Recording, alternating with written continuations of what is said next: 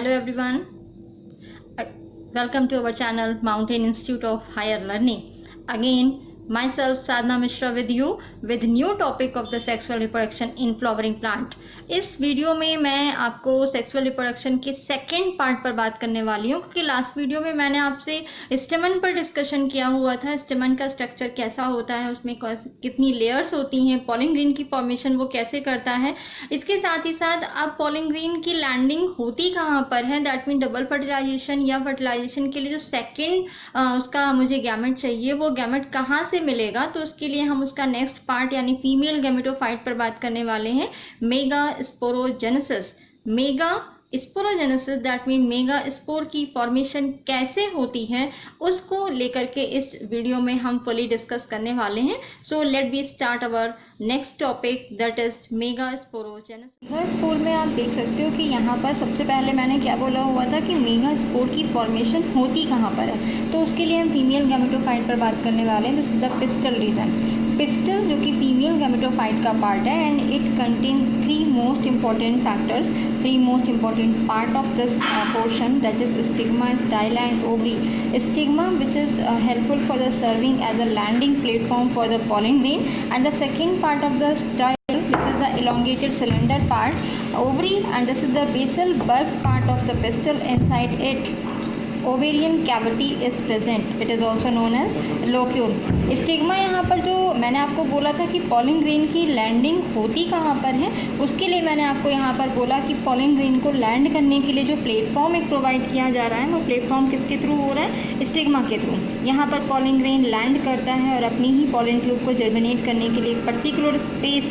या पर्टिकुलर एक प्लेटफॉर्म की फॉर्मेशन यहाँ पर उसे मिलती है, जिससे कि वो आसानी से वहाँ पर पॉलिन ट्यूब की फॉर्मेशन कर सके। स्टाइल इसी से ही एक इलोंगेटेड सिलेंडर पार्ट है जो कि यहाँ से रिलीज आउट होता है। जैसे आप देख सकते हो, सबसे पहले मैं फिगर में एक्सप्लेन कर दे रही हूँ। Stigma this is the upper most portion and which provide the landing area. यहाँ पर आप देख सकते हैं कि कुछ मैंने यहाँ पर लैंडिंग एरियाज बना के रखे हुए हैं, जिसमें आसानी से कोई भी पॉलिन ग्रेन आएगा, वो भी मैं आपको बाद में बताती हूँ कि किस तरह से उस पर लैंड करता है। This is the style region जो कि इसी का ही एक एलोंगेटेड सिलेंडर पोर्शन है, और ठीक नीचे उसके नीचे आप देख रहे हो कि एक बल्गी पोर्शन दिया हुआ है, this is known as ovary. Ovary का जो यहाँ पर सेटअप कर रहा है, उसे एक पोजीशन प्रोवाइड कर रहा है लोकेट करने के लिए, ये एक बेसल पोर्शन है, this is known as thalamus. So simply we can say that the female gametophyte, which is also known as pistil, it contains the three main portion, stigma, style and ovary. Stigma provide the landing for the pollen grain germination. Style, it is helpful for the just provide the particular space for the developing of the pollen tube. And last one is the ovary. Ovary, it contains the so many ovules inside of the ovary, जहाँ पर मैंने अभी आपको बोला हुआ था कि ovary के अंदर ओवेरियन कैविटी होती है। ओवेरियन कैविटी को हम लोक्यूल बोल सकते हैं, और लोक्यूल के अंदर ही प्रेजेंट होता है प्लेसेंटा, जहाँ पर प्लेसेंटेशन की प्रोसेस के थ्रू ओव्यूल की फॉर्मेशन होती है। एंड लोअर जो पोर्शन यहाँ पर दे रहा है, this is known as thalamus. Thalamus पर ओवरी है यहाँ पर, ये पूरा पोर्शन फीमेल गैमेटोफाइट का एक स्ट्रक्चर यहाँ पर शो कर रहा है। और अब हम देखेंगे कि कहाँ पर ओव्यूल की फॉर्मेशन होती है, मेगास्पोर की फॉर्मेशन कैसे होती है। Okay, now we discuss about the megasporangium. Megasporangium that mean megaspore जो ओव्यूल है वो प्लेसेंटा के अंदर ओवेरियन कैविटी लोक्यूल के अंदर उसकी फॉर्मेशन कैसे होती है, तो उसको लेकर देखिए मैंने यहाँ पर एक फिगर बनाया हुआ है। इस फिगर को आप देख सकते हो कि ये एक यहाँ पर एक ब्रांच के through that mean A funicle. अब मैंने आपको बोला कि ओवरी के अंदर क्या है, ओवेरियन कैविटी। ओवेरियन कैविटी को हम यहाँ पर लोक्यूल्स की फॉर्मेशन में भी डाल सकते हैं, और इसके अंदर यहाँ पर प्रेजेंट होते हैं ओव्यूल यानी ओवा का पोर्शन, और ये आपका फीमेल रिप्रोडक्टिव पार्ट को यहाँ पर फॉर्मेशन करता है। तो इसमें आप देख सकते हो मैंने इस पार्ट को यहाँ पर लिया हुआ है, दैट मीन इस पार्ट को यहाँ पर शो किया हुआ है, जिससे कि आप समझ जाएं कि किस तरह से इसका फ्यूनिकल का स्ट्रक्चर क्या है, रैफी का पोर्शन क्या है, हिलियम क्या है। तो यहाँ पर placental wall that mean ovarian locule से जुड़ने वाला जो स्ट्रक्चर है, जिसके थ्रू वो जुड़ा हुआ होता है, this is known as funicle, by which it attach to the placenta. Placenta से जुड़ने का काम जो कर रहा है वो कौन कर रहा है, फ्यूनिकल। अब फ्यूनिकल यहाँ पर देख रहे हैं कि आप एक टर्न कर रहा है, कर्विंग पोर्शन में आया हुआ, तो जो कर्व पोर्शन जिसके थ्रू वो चैलेजा की फॉर्मेशन कर रहा है, this is known as raphe. जैसे आपकी बॉडी में बैकबोन होती है, सेम वैसे ही इसके फ्यूनिकल स्ट्रक्चर में एक प्रॉपर शेप प्रोवाइड करने के लिए यहाँ पर रेफ्री प्रेजेंट है, जो कि उसे एक प्रोटेक्शन दे रही है।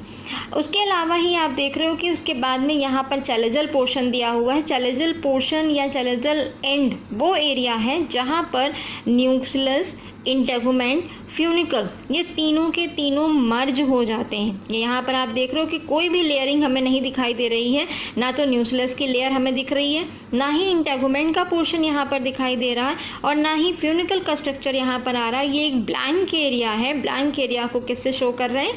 चैलेजल एंड में। अब उसके अंदर हम जब जाते हैं तो उसके ही अंदर में आप देख रहे हो यहाँ पर एम्ब्रियो सैक दिया हुआ है, लेकिन लोअर साइड चैलेजल एंड है और ये है माइक्रोपाइल एंड, यानी माइक्रोपाइल का जो ओपनिंग पोर्शन जहाँ पर प्रेजेंट है उसी के ही पास में उस रीजन को हम बोलते हैं माइक्रोपाइलर एंड। और वहीं पर उसके दोनों तरफ आप देख रहे हो कि डबल लेयर में इंटेगुमेंट्स प्रेजेंट हैं। इंटेगुमेंट्स यहाँ पर प्रोवाइड करते हैं प्रोटेक्शन, किसको? एम्ब्रियो सैक को।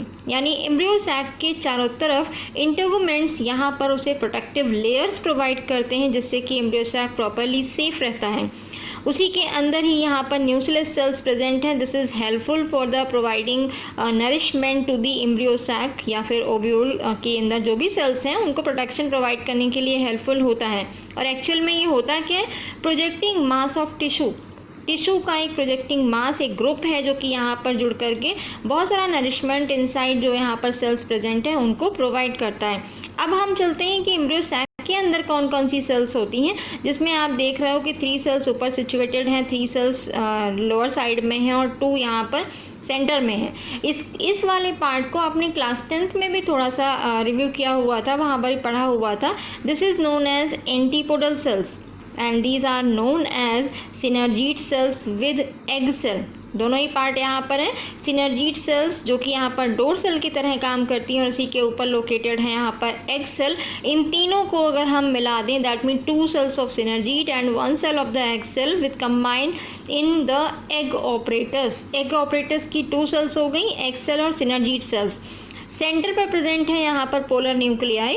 पोलर न्यूक्लियाई को मैंने यहाँ पर लेबल नहीं किया हुआ है। पोलर न्यूक्लियाई यहाँ पर है PEN, प्राइमरी एंडोस्पर्म न्यूक्लियस का पार्ट है, पोलर न्यूक्लियाई ने हम बोलते हैं। ऊपर के पार्ट में यहाँ पर आप देख रहे हो एंटीपोडल सेल्स। एंटीपोडल सेल्स यहाँ पर 3 प्रेजेंट है। इनका कोई भी बेसिकली काम नहीं होता है। After fertilization they will be degenerated. Okay, अब यहाँ पे मैंने सारी सेल्स आपको डिफाइन किया हुआ था। अब हम इंटेगुमेंट्स पर बात कर लेते हैं। इंटेगुमेंट्स के पोर्शन में आप देख रहे हो कि ये 2 टाइप के मैंने डिवाइड किया हुआ है। यहाँ पर भी आप देख रहे हो कि 2 सेल्स दी हुई थी। 2 टाइप का मतलब क्या हुआ? ओवा के बाहर, दैट मीन ओव्यूल स्ट्रक्चर जो यहाँ पर दिया है उसके बाहर अगर सिंगल इंटेगुमेंट प्रेजेंट है तब हम उसे क्या बोलेंगे? यूनिटेगमेंट। क्लियर? उसके बाद में अगर वहाँ पर 2 लेयर्स प्रेजेंट हैं, दैट मीन इस एनाट्रोपस ओव्यूल में आप देख रहे हो कि this embryo sac is covered with the 2 layer of the integument. This is known as bitegmic. Clear? Integuments are of the 2 type. Whenever only single layer is present, then it is known as unitegmic. When 2 layers of the integument is present surrounding of the embryo sac, then it is known as bitegmic. Clear? अब हम next part पे बात